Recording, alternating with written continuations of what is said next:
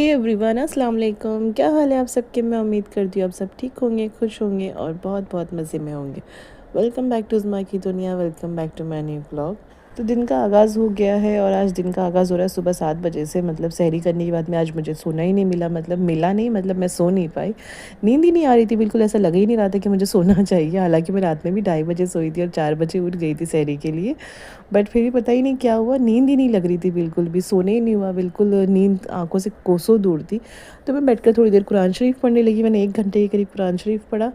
फिर उसके बाद जब 7 बज गए, बिल्कुल एकदम मतलब ना मेरे मुंह पे सूरज लग रहा था। मैं बिल्कुल सामने बैठी थी विंडो की तरफ, तो मुझे सूरज एकदम मेरे मुंह पे लग रहा था। तो मैंने देखा टाइम, देखो क्या हो रहा है। तो 7 बज रहे थे और 7 बजे सूरज एकदम मतलब ऊपर आ चुका था, दिखाई दे रहा था मतलब मुझे खिड़की में से। तो मैंने सोचा चलो थोड़ी सी इसकी क्लिप रिकॉर्ड की जाए। बहुत खूबसूरत लग रहा था, बहुत प्यारा लग रहा था सच में। मतलब वीडियो में जस्टिफाई नहीं हुआ वो सीन जो मुझे एक्चुअली सामने से दिखाई दे रहा था। तो मैंने इस वजह से ये मोमेंट कैप्चर किया, क्योंकि एक तो सूरज की रोशनी ऐसी होती है ना कि उसको कैप्चर करो ना वीडियोस वगैरह में, मतलब जहाँ तक मैं जानती हूँ क्लियर नहीं आता है एकदम के, जैसे वो जो सामने जब देख रहे होते ना वो उतना वीडियोस में नहीं आता। तो बट लेकिन सच में बहुत प्यारा मंजर लग रहा था, वाकई में मज़ा आ गया देखकर। सुबह सुबह आज की सुबह वाकई में बहुत खूबसूरत थी। इससे अच्छी सुबह मुझे नहीं लगता कोई हो सकती है। तो बस इसीलिए मैंने ये रिकॉर्ड कर लिया। और आज पता ही नहीं क्या हुआ, आज ना सहरी भी मेरी ऐसी ही हुई है। मैं उठी थी 4 बजे। 4 बजे उठने के बाद मैंने तहज्जुद अदा करी। उसके बाद ही मेरा कुछ भी खाने का मूड नहीं हुआ, कुछ भी मैंने खाया ही नहीं एक्चुअली। आज मैंने 2 बॉयल अंडे और 1 कप चाय पिए। ये आज की मेरी सहरी थी। पता ही नहीं क्यों बिल्कुल मूड नहीं हो रहा था। और उसके बाद से फिर मुझे ऐसा लगता है शायद मैंने चाय पी ली, तो शायद इसी वजह से मेरी नींद बिल्कुल गायब हो चुकी है। मुझे आज बिल्कुल नींद ही नहीं आ रही है। ऐसा लग रहा है जैसे कि मैं बहुत वक्त से सो ली थी।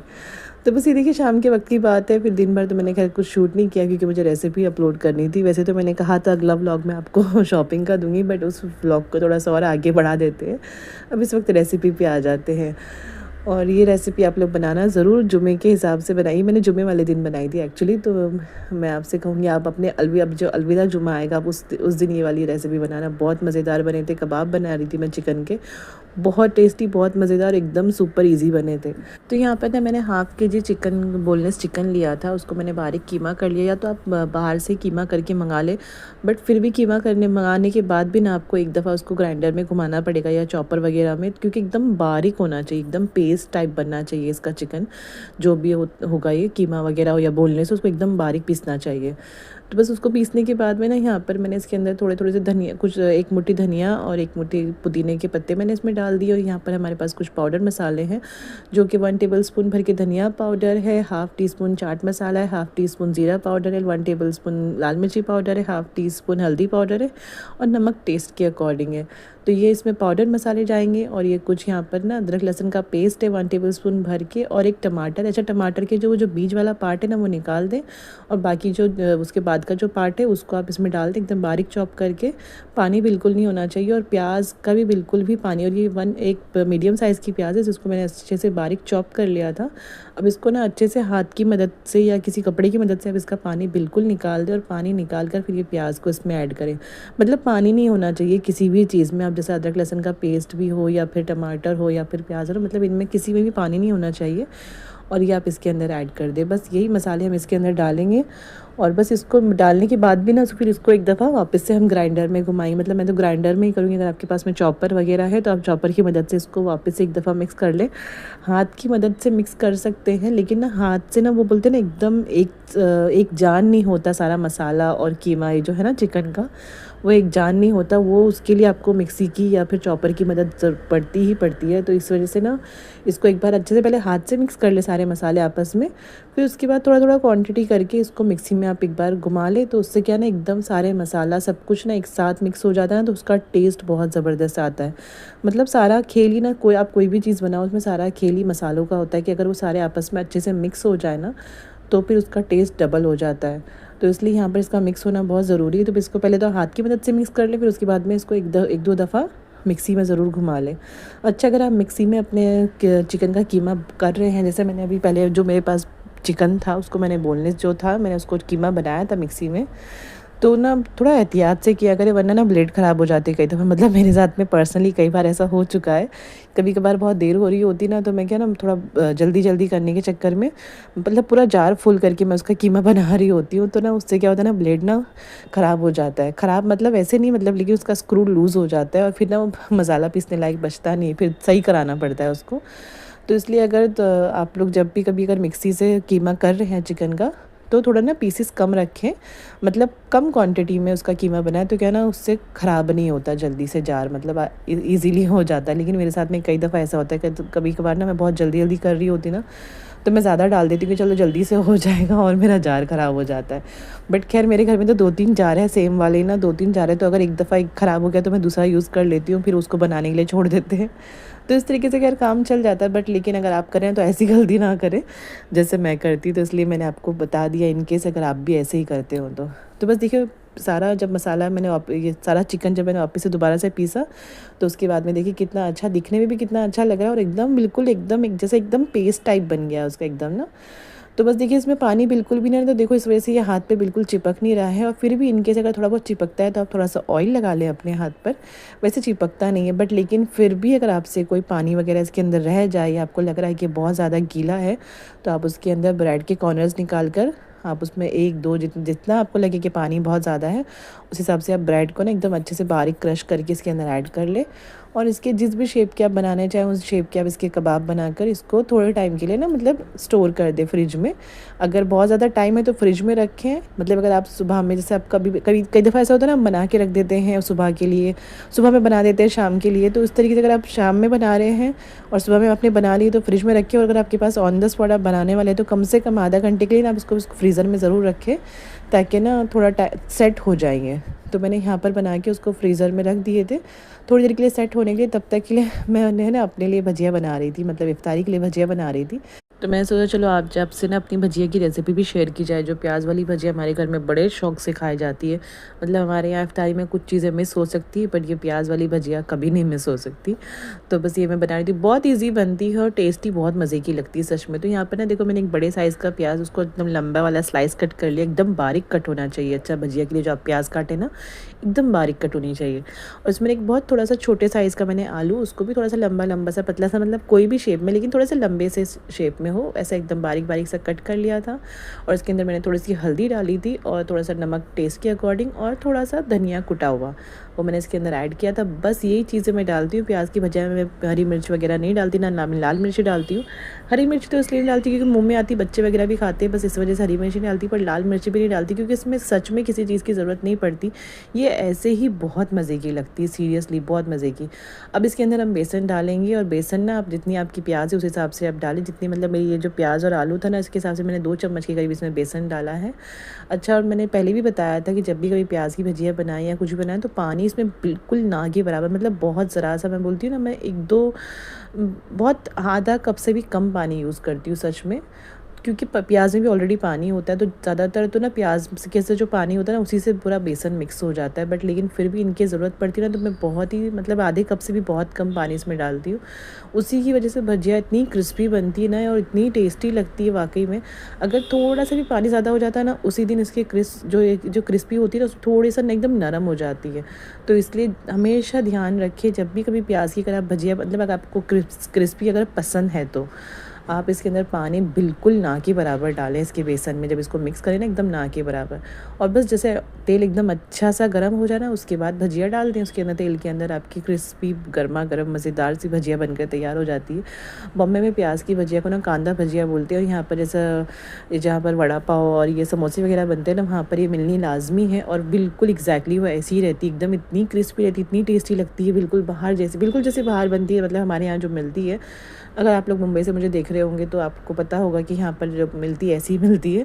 मतलब उसमें भी आलू तो नहीं होते, खैर वो सिर्फ प्याज की होती है, लेकिन मतलब हमारे घर में मैं डालती हूँ आलू। अगर आप डालना चाहें तो डालें, अदरवाइज़ आप आलू ना डालें, तो बिल्कुल फिर आपको एग्जैक्टली वही टेस्ट लगेगा ये जो यहाँ पर बाहर मिलती है। और वो जो बाहर मिलती है ना यहाँ पर, वो 60 रुपये की 250 ग्राम, आई थिंक वो कुछ देता है शायद, हाँ 60 रुपये की 250 ग्राम देता है। सीरियसली इतनी महंगी भजिया देता है वो, तो उससे तो बहुत बेटर है जो हम घर में बनाते हैं। सीरियसली बहुत मज़े की बनती है। और बहुत ईजी है, तो आप इसको अपने इफ्तारी में बनाना। एक्चुअली ये मुझे बहुत पहले भी आपको आपके साथ में शेयर करनी चाहिए थी। रमज़ान के इतने बुरे रमज़ान निकल गए, आप लोग बनाते मज़ा आता है, बट कोई नहीं, अभी भी बाकी है, 6-7 रमज़ान अभी भी बाकी है। 6-7 के 8 रमज़ान बाकी अभी भी, तो आप लोग बनाना इस भजिया को, वाकई में बहुत ज़बरदस्त है और टेस्टी है और बहुत आसान सी, तो आप बना सकते हैं इसको। तो बस इसको ना अच्छे से हम लोग फ्राई कर लेंगे दोनों साइड से अलट पलट के, जब दोनों तरफ अच्छा सा गोल्डन सा कलर आ जाए, और इसको हम फ्राई करके निकाल लेंगे। अच्छा, जब भी कभी भजिया वगैरह बनाए ना, या कोई भी ऐसी चीज़ जो आप फ्राई करके बना रहे हो, तो उसके लिए ना ऑयल अच्छे से होना चाहिए, मतलब पूरा ना बर्तन, मतलब वो ना डिप होना चाहिए पूरा एकदम, जो भी आप बना रहे हो भजिया वगैरह हो या कबाब वगैरह हो, तो अच्छे से पूरा डिप होना चाहिए। वो थोड़े थोड़े से ऑयल में बनाते हैं ना, देखो जो भी ये जो भजिया वगैरह जो भी बनती है, जिसमें जितना ऑयल आना है वो आता ही है, चाहे आप कम तेल में बनाओ या ज़्यादा में बनाओ, बट आता ही है। बट लेकिन उससे क्या होता है ना, जैसे आप कभी कई दफ़ा ऐसा होता है ना कि हम लोग बहुत छोटे कम से तेल में बना देते हैं, तो उससे ना प्रॉपर डिप नहीं होती है, सही में वो ठीक से बन नहीं पाती। मुझे तो समझ नहीं आता वो ज़रा से तेल के अंदर डिप करना सीरियसली। तो मैं तो कभी भी जब भजिया वगैरह बनाती हूँ, तो मतलब मेरी कढ़ाई बिल्कुल फुल भर के ही बनाती हूँ, तभी मुझे समझ में आता है। और एक साइड एक टाइम पर ही ना बहुत सारी बन जाती है उससे वो, और वो तो थोड़ा थोड़ा करके बनाओ ना, तो उसमें एक ही वक्त में 2-4 भजिया डलती है बस, फिर बाकी डाल नहीं पाते। तो बस मुझे ना समझ नहीं आता वो कम तेल वाला, तो मैं तो हमेशा जब भी कोई बनाती हूँ तो एकदम फुल कढ़ाई भर के तेल डालती हूँ और तभी फ्राई करती हूँ। देखिए इतनी मज़ेदार, सच में इतनी मज़ेदार लगती है, सही में ना आप एक दफ़ा मेरे बोलने से ही बनाना ज़रूर, बहुत मज़ेदार लगेगी और बहुत ही टेस्टी और इतनी क्रिस्पी बनती है सच में, तो आप इसको ज़रूर बनाना। तो बस चलिए देखिए आ जाते हैं अपने कबाब की रेसिपी पर। हमने भजिया वगैरह बना ली थी, उसके बाद में मैंने आलू की भजिया भी बनाई थी। अभी तो टाइम था क्योंकि इफ्तारी में, तो फिर बस मैंने आलू वाली भजिया भी बना ली थी। उसके बाद में एक कबाब फ्राई करने लगी थी। अब बस कबाब को मैंने फ्रीज़र में रखा हुआ था ना, तो मैंने उसको निकाला बाहर। और ये देखिए यहाँ पर ना मैंने ये ओट्स लिए हैं। ओट्स को पहले एक बार ग्राइंडर में थोड़ा सा बारीक सा कर लिया है। पहले तो मैं सिर्फ ब्रेड क्रम्स लगाने वाली थी, पर फिर मैंने सोचा नहीं, आज ओट्स लगाती हूँ। उसके ओट्स वगैरह लगा कर भी ना बहुत मज़े के लगते हैं, सही में कबाब वगैरह हो ना, ये सब चीज़ें अगर आप फ्राई करो ओट्स लगा के, बहुत टेस्टी और बहुत क्रिस्पी लगते हैं। बट ओट्स ना प्लेन वाले होने चाहिए, जो प्लेन वाले ओट्स आते हैं ना, वो वाले ओट्स आप ये ले। और यहाँ पर ना मैंने पहले इसको अंडे के अंदर मैं थोड़ा सा नमक, थोड़ा सा चिली फ्लेक्स वगैरह डालकर मैंने उसको अच्छे से बीट कर लिया था। और उसके बाद में मैंने पहले अंडे में डिप किया कबाब को, और उसके बाद ओट्स के अंदर डिप किया। वैसे तो मुझे डबल कोटिंग करनी थी, पर मेरे पास ना थोड़ा सा टाइम कम होने लग रहा था, तो इस वजह से मैंने सिंगल कोटिंग के साथ में इसको फ्राई कर लिया। डबल कोटिंग के लिए क्या करने का ना, पहले आप इसमें डालना है, अंडे में डालना है, फिर उसके बाद में उसको ओट्स में डिप करना है, फिर ओट्स में डालने के बाद वापस से एक बार अंडे में डालना है, फिर से ओट्स में डालना है। तो इस तरीके से ना वो प्रोसेस डबल हो रहा था और थोड़ा टाइम भी लग रहा था, और मेरे पास टाइम था नहीं। और मतलब आज से ना, मतलब अब्बू एतकाफ़ में भी बैठ गए हैं, तो आज अब्बू की इफ्तारी जानी थी मस्जिद में। तो अब मतलब हर दफ़ा हर साल रमज़ान में अब्बू तो आखिरी 10 दिन जो होते ना, वो एतकाफ़ करते हैं 10 दिन का, आखिरी अशरे का, तो उनकी अब से इफ्तारी वहीं पर जाया करेगी, खाना वगैरह। तो मेरे पास टाइम कम था, इफ्तारी मस्जिद में पहुंचानी थी, तो इस वजह से ना मैंने सिंगल कोटिंग करके काम चलाया। बट अगर आपके पास में टाइम हो, जैसे अगर कभी आप रमज़ान के बाद में ये कबाब बनाएंगे ना, तो उसके लिए मैं आपको उस आईडी सजेस्ट करूँगी कि जब आप इसको स्टोर करने के लिए रखें ना, मतलब जैसे थोड़ा टाइम के लिए ऐसा फ्रिज में रखें, तो उस टाइम पर ही ना ये कोटिंग करके रखें, मतलब ना ये पहले अंडे में, और फिर ना एक बार सिंगल कोटिंग करके रखें। फिर उसके बाद में जब एक बार जो डबल कोटिंग है, वो दोबारा से आप जब आप फ्राई करने लगे तब कर ले। वैसे सिंगल कोटिंग में भी काम चल जाता है, कोई नहीं, बट डबल कोटिंग में थोड़ी सी और एक्स्ट्रा क्रिस्पी हो जाती है और थोड़ा सा वॉल्यूम बढ़ जाता है इसका कबाब का, थोड़े से मोटे से हो जाते हैं। वैसे तो ना आपको उसको ज़रूरत नहीं है कि आपको उसको ब्रेड क्रम्स लगा कर या ये ओट्स वगैरह लगा कर ही फ्राई करना, आप इसको नॉर्मली भी वैसे फ्राई कर सकते हैं, तब भी मज़े के लगेंगे, कोई नहीं। बट लेकिन इससे थोड़ा सा टेस्ट और बढ़ जाएगा, तो अगर आपको और ज़्यादा टेस्टी खाना है तो आप इसको इस तरीके से करके खा सकते हैं। नहीं तो आप उसको बिना लगाए भी आप खा सकते हैं। टूटने वाले तो नहीं है, या टूटने की टेंशन नहीं लेना कि टूट जाएंगे या ऐसा कुछ टूटेंगे नहीं, आप बना लेना। बट हाँ, लेकिन एक चीज़ ज़रूर होगी, अगर आप बिना कोई चीज़ लगाए इसको फ्राई करेंगे ना, तो ये श्रिंक हो जाएंगे। जैसे चिकन होता है ना, वो श्रिंक हो जाता है। जब कभी नॉर्मली हम कभी नॉर्मल खाली चिकन के कबाब बनाएं, तो आपने अगर नोटिस किया होगा, जैसे हम डालते हैं जो जिस शेप में रहता है, उससे थोड़ा सा श्रिंक हो जाता है, तो बस उतना ज़रूर होगा, बाकी उसके अलावा इसमें और कुछ नहीं होगा, टूटेगा नहीं मतलब बिल्कुल भी। तो बस इस तरीके से ना आप इन्हें कबाब को फ्राई कर लें। अगर आप इसको शैलो फ्राई करना चाहते हैं तो वो भी कर सकते हैं, कोई मसला नहीं। पर थोड़ा सा तेल कम लेकर आप उसको तवे वगैरह पर या कढ़ाई में, जैसे भी आप करना चाहें कर सकते हैं। बट लेकिन मुझे डीप फ्राई, जब मैं ऐसा कोई भी ब्रेड क्रम्स वगैरह लगा कर या ओट्स वगैरह लगा के करते हैं, तो उसके लिए डीप फ्राई करके ज़्यादा अच्छे से मतलब फ्राई हो जाते हैं और जल्दी हो जाते हैं, और मतलब ज़्यादा क्वांटिटी में हो जाते हैं। तो इस वजह से मैंने यहाँ पर इनको ना डीप फ्राई किया है। बट अगर आप करना चाहें, आप कम तेल में करना चाहते हो तो कर सकते हैं, कोई मसला नहीं। और अगर एयर फ्राई वगैरह किसी के पास है तो आप उसमें भी कर सकते हो, बट मेरे पास में नहीं है, तो मैंने कभी आज तक ट्राई नहीं किया है।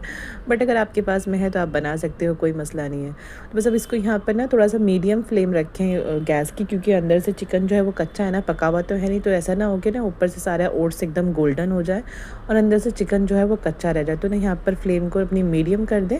जब आपको लगे मतलब करीबन 5-7 मिनट आपको लगेंगे इसको पकाने के लिए यहाँ पर, और बस उसके बाद में जब फिर एकदम थोड़ा सा गोल्डन होने लगे कलर आपके कबाब का, आप उसको निकाल लें, प्लेट में निकाल लें, सर्व कर लें, मतलब जिस भी चीज़ में आप उसको सर्व करना चाहते हैं।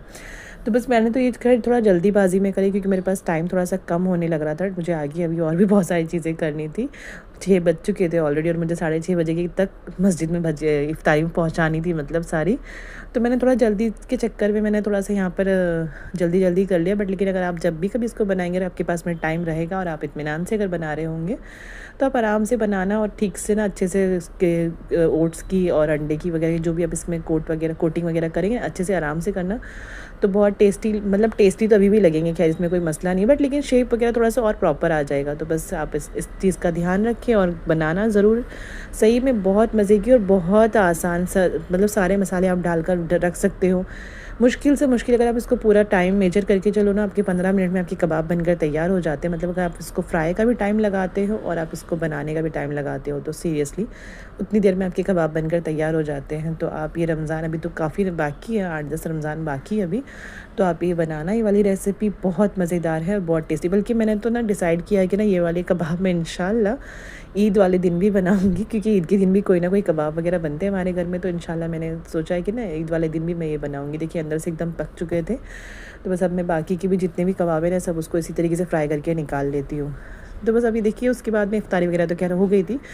ये है डिनर का टाइमिंग। डिनर में आज हमारे घर में ना, मतलब मामी ने, मेरे मामू के घर से खाना आया था, मतलब आज मामू ने दावत की हुई थी, तो उन्होंने खाना भेजा था घर पे। मतलब घर पे कोई गया नहीं, तो इसलिए उन्होंने ना घर पे ही भेजा था। मतलब पहली बात हो गई थी कि ना घर नहीं आएंगे, क्योंकि सही में ना इफ्तारी करने के बाद में कहीं जाने की कोई हिम्मत नहीं होती उस वक्त। उसके बाद में तरावी वगैरह भी पढ़नी होती, तो जाना नहीं होने वाला था। मम्मी ने बात कर ली थी, उन्होंने बहुत इंसिस्ट भी किया था कि नहीं घर ही आ जाओ, घर ही आ जाओ, बट लेकिन फिर सीरियसली ना जाना नहीं हो पाया। तो फिर उन्होंने फिर खैर वो कर, इतना ऐसा कुछ नहीं, हमारा चलता रहता है, कभी हम बनाकर भेज देते, कभी वो बनाकर भेज देते। तो उन्होंने कहा चलो ठीक है, अगर तुम नहीं आ रहे तो कोई बात नहीं, मैं वहीं भिजवा देता हूँ। तो मेरे मामू बहुत मज़े की बिरयानी बनाते, मैंने पहले भी 1-2 दफ़ा आपसे शायद जिक्र किया हुआ है। तो उन्होंने वही बिरयानी और सलाद वगैरह उन्होंने, और थोड़ा सा कस्टर्ड वगैरह उन्होंने तो घर पे ही भिजवा दिया। तो आज हमारी दावत थी, जो हमारे घर पे ही रहकर हमारी दावत हो गई। तो आज का डिनर हमारा फिर ये हुआ। चलिए बस इसी के साथ में इस व्लॉग को यहाँ पर कर देती हूँ, एंड आपसे फिर मिलूंगी एक और नई वीडियो के साथ। तब तक अगर आप मेरे चैनल पर नए हैं तो सब्सक्राइब करके जाए, वीडियो अच्छी लगी तो लाइक और शेयर ज़रूर करना, और मेरी रेसिपी कैसी लगी मुझे कमेंट करके ज़रूर बताना। आपसे फिर मिलूंगी, तब तक के लिए मुझे अपनी दुआओं में याद रखें। आखिरी अशरा चल रहा है, मेरे लिए बहुत सारी दुआ किया करें। मिलती हूँ आपसे फिर, तब तक के लिए अल्लाह हाफिज़। चैनल पर बने रहें और इंशाल्लाह कोशिश करूँगी आगे मैं और मज़े की रेसिपीज़ आप लोगों के साथ में शेयर करूँ। मिलती हूँ आपसे फिर, तब तक के लिए अल्लाह हाफिज़।